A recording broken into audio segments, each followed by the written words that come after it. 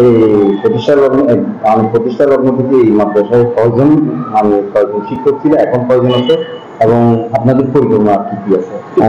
আচ্ছা, আমি সর্বপ্রথম আপনাকে এবং আপনাদের চ্যানেল ধন্যবাদ জ্ঞাপন করছি যে আপনি এত কষ্ট করে আমাদের মাদ্রাসায় আসছেন এবং আমাদের মাদ্রাসার যে পরিকল্পনাগুলো আপনি আমাদের জনগণকে শেয়ার করার জন্য আপনি আমার সাক্ষাৎকার গ্রহণ করছেন। প্রথমে মাদ্রাসার প্রিন্সিপাল হিসেবে আপনাদের চ্যানেলকে আমি ধন্যবাদ জ্ঞাপন করছি। আপনি যেটা প্রশ্ন করেছেন, শুরু থেকে আমাদের আসলে এই মাদ্রাসা 1965 সালে শুরু হয়েছিল। শুরু হওয়ার পরে এখানে ফুরকানি ছিল, ইবতেদায়ী ছিল, আস্তে আস্তে হাঁটে হাঁটে পাবো করে এটা এইটুকু আসা। এরপরে আমি যখন জয়েন করে ওই সময় প্রতিষ্ঠান লগ্ন থেকে এই মাদ্রাসা প্রথমে ইবতেদায়ী হয়। ইবতেদায়ী থেকে এটা ক্লাস 9 1909 সালে এটা নবম শ্রেণীর পাঠদান অনুমতি পাই। এরপরে অনেকদিন পর আমরা অনেক কষ্ট করে যখন করোনার সময়ে এই মাদ্রাসা 2019 সালে এমপিভুক্ত হয়।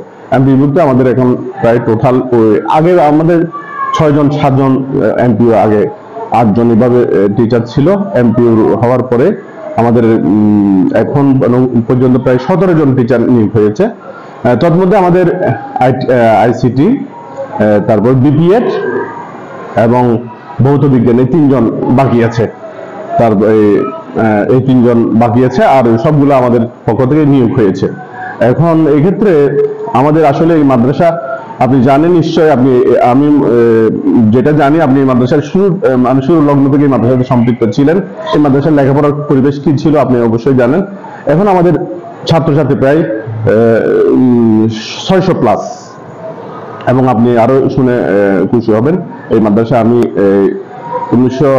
2019 সাল থেকে এমপি করার পর এখানে বিজ্ঞান ছিল না, আমি বিজ্ঞান বিভাগও এনেছি। এবার যারা ক্লাস 9-এ তারা বিজ্ঞানে রেজিস্ট্রেশন করে এই মাদ্রাসার নামে পরীক্ষা দিতে পারবে।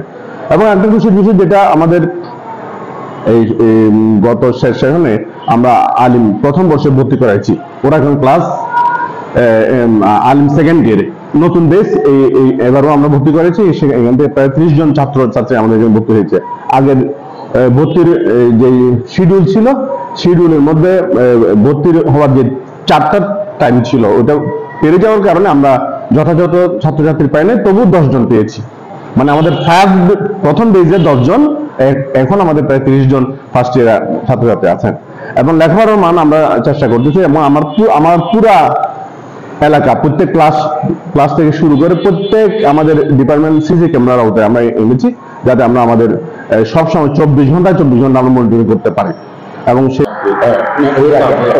আপনি আপনাদের মাদ্রাসার ইতিহাস ছিল এবং সেখানে কয়জনের ব্যবস্থা এবং সমাজ কল্যাণ থেকে কয়জনের জন্য বরাদ্দ ছিল? আচ্ছা, আমাদের এই মাদ্রাসা আসলে ওই ক্যাপিটেশন মুক্ত মাদ্রাসা। আমাদের এই মাদ্রাসা আমরা ক্যাপিটেশন মুক্ত ভাবে আমরা এখানে, আমি যখন মাদ্রাসায় আসছি এখানে ওই সময় 22 জন মতো ছিল। এখন সেটা আস্তে আস্তে হাঁট পার করে এখন আমরা সেটাকে আরো 10 জন বৃদ্ধি করেছি। এইভাবে আমাদের প্রতি বছরে এটা বৃদ্ধি হতে, হ্যাঁ এটা আছে, এটা আমরা প্রাপ্ত হই।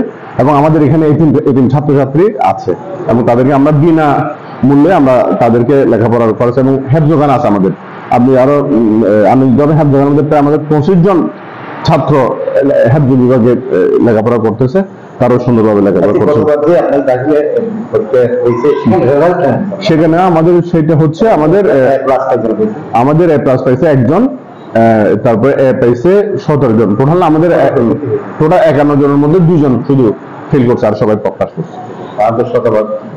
কাছাকাছি প্রায় 70 কাছে। এবারও আমরা চাচ্ছি আমাদের যারা দাখিল পরীক্ষা দিবে, আমরা চাচ্ছি তাদেরকে আমরা 1 বছর আগে আমরা নোটিশ করে দিয়েছি, যাতে কোনো ছাত্রী যদি এক বিষয় যদি ফেল করে আমরা তাদেরকে মেইন পরীক্ষা দিতে দিব না। সেই জন্য আমরা চাচ্ছি আমাদের এটা 100% আমরা এই নিয়মটা আমরা যদি বজায় রাখতে পারি, আমাদের মাদ্রাসার সুনাম গড়ে উঠবে। শিক্ষকরা যে পাঠদান করার সময় আপনি কি কখনো দেখেছেন এরা কি অবস্থা বসায় করে নাকি তাদেরকে পাঠদান?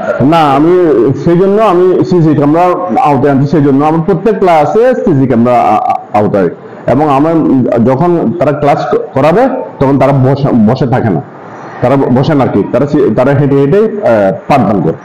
আচ্ছা, ছাত্র ছাত্রী এই যে আপনাদের একসাথে মাদ্রাসার যে ছাত্র এবং ছাত্রী একসাথে থাকে, শিক্ষকরা কোনো এই ধরনের কোনো ছাত্রীদের সাথে কোনো অনুচিত আচরণ পরিচালিত দান কিনা কি অবস্থায়? হ্যাঁ হ্যাঁ, আমার এখানে কিছুটা টুকটাক হয়ে থাকে, কিন্তু মানে কোনো মানে সমস্যা হয় এরকম কোনো কিছু হয় নাই আল্লাহর রহমতে। এখন তো টোটালি সিসি ক্যামেরা আওতায় আসছে, এখন তো আরো কোনো সুযোগ হয় না। আচ্ছা, আপনাদের তো মাদ্রাসাটা প্রায় 65 সালে প্রতিষ্ঠিত। 65 মাদ্রাসা মানসিক ব্যবস্থাটা আপনাদের কখনো কোনো মানে জড়াই স্মৃতি বন্ধ করার জন্য চিন্তা ভাবনা করছে কিনা? শিক্ষক মান দেখা নিয়ে কোনো করছে কিনা, এগুলো নিয়ে আপনাদের কোনো আছে কিনা?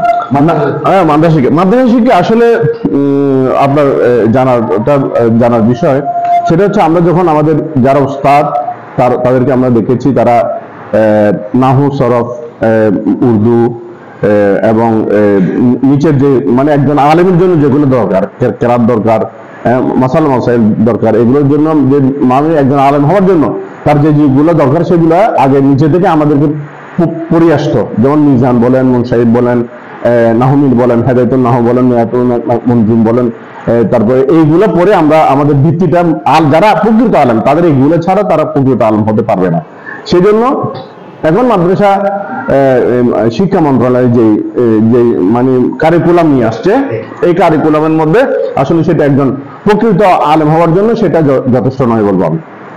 তোরা এখানে আমাদের চুম্বক কিছু কিছু বিষয়কে এখানে টাচ করেছে, পুরা টাচ করে নেই। সেই জন্য আমরা এই দিন আমাদের মাদ্রাসার ডিজ মহোদয় আসছিল গত সপ্তাহে, আমরা নেসার একাডেমি মাদ্রাসা একটা আমরা ট্রেনিং এর ব্যবস্থা হয়েছে, সেখানে আমরা বলেছি আমরা যদি মাদ্রাসার যদি সৌখ্যতা যদি বজায় রাখতে চাই, তাহলে আগের যে সিলেবাস গুলো ছিল সেগুলোকে অন্তর্ভুক্ত করে এবং সেই ব্যাপারে আমাদের সিলেবাস কারিকুলাম করার জন্য বলছে। আপনার মাধ্যমে আরেকটা জিনিস বলতে চাই যে আমরা এনটিআরসির মধ্যে যে শিক্ষকগুলো আমরা নিয়ে থাকি, সেই শিক্ষকগুলো আপনি এনটিআরসি যে প্রশ্ন আছে, প্রশ্নের মধ্যে আমরা দেখতে পাই যে আরবির জন্য একজন শিক্ষক নিচ্ছি, তার কাছে সেখানে ইংরেজিও গণিত সবকিছু, কিন্তু সে আরবিতে এক্সপার্ট না।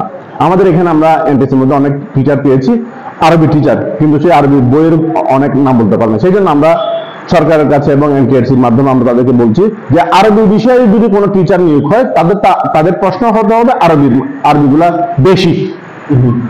100 ভাগ যদি মানে 100 মার্কে যদি পরীক্ষা হয়, তাহলে আমরা বলবো 75 আরবি রাখার জন্য, আর 25 অন্য বিষয়। সেখানে আপনার কাছে সব দেশের প্রশ্ন হচ্ছে যে এই যে আপনার একটা মাদ্রাসা, আপনি কিছুক্ষণ আগে বলছেন মাদ্রাসা শিক্ষার জন্য আলেম হওয়ার জন্য যেগুলো দরকার সেগুলো কোনো পর্যাপ্ত নাই।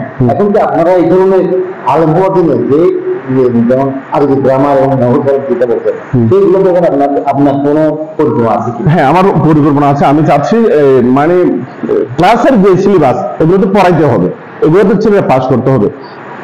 আমি তাদের জন্য অতিরিক্ত ক্লাসের ব্যবস্থা করতেছি এবং টিচারদেরকে নিয়ে একটা অতিরিক্ত ক্লাস, যাতে সকালে অথবা সন্ধ্যায় তাদেরকে নিয়ে তাদের যে মেইন বই বুকগুলা ওগুলো পড়িয়ে তারা যাতে যে গ্যাপটা আছে সেটা পুরোতে পারে, সেই জন্য আমার পরিকল্পনা রয়েছে। এবং এই এলাকার আপনারা জানেন এই এলাকার এইটা কারো একক প্রতিষ্ঠান নয়, হ্যাঁ, এখানে সবাই মিলে এই প্রতিষ্ঠানটা দিয়েছে।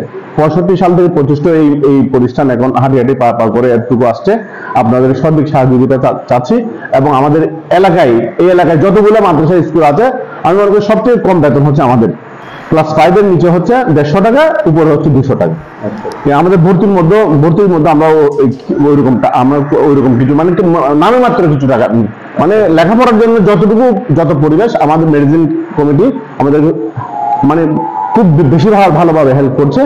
এবং আগের চেয়ে এখন যারা আমাদের নিকলজি যারা আসছে তারা খুবই আন্তরিক এবং আমার লেখাপড়ার ক্ষেত্রে আমাকে সাহায্য করি, তারা সহযোগিতা করে যাচ্ছে। আচ্ছা, আপনাকে অনেক ধন্যবাদ, অনেকক্ষণ সময় দিয়েছেন। শুক্রিয়া, আলহামদুলিল্লাহ। আসসালামু আলাইকুম ওয়া রাহমাতুল্লাহ।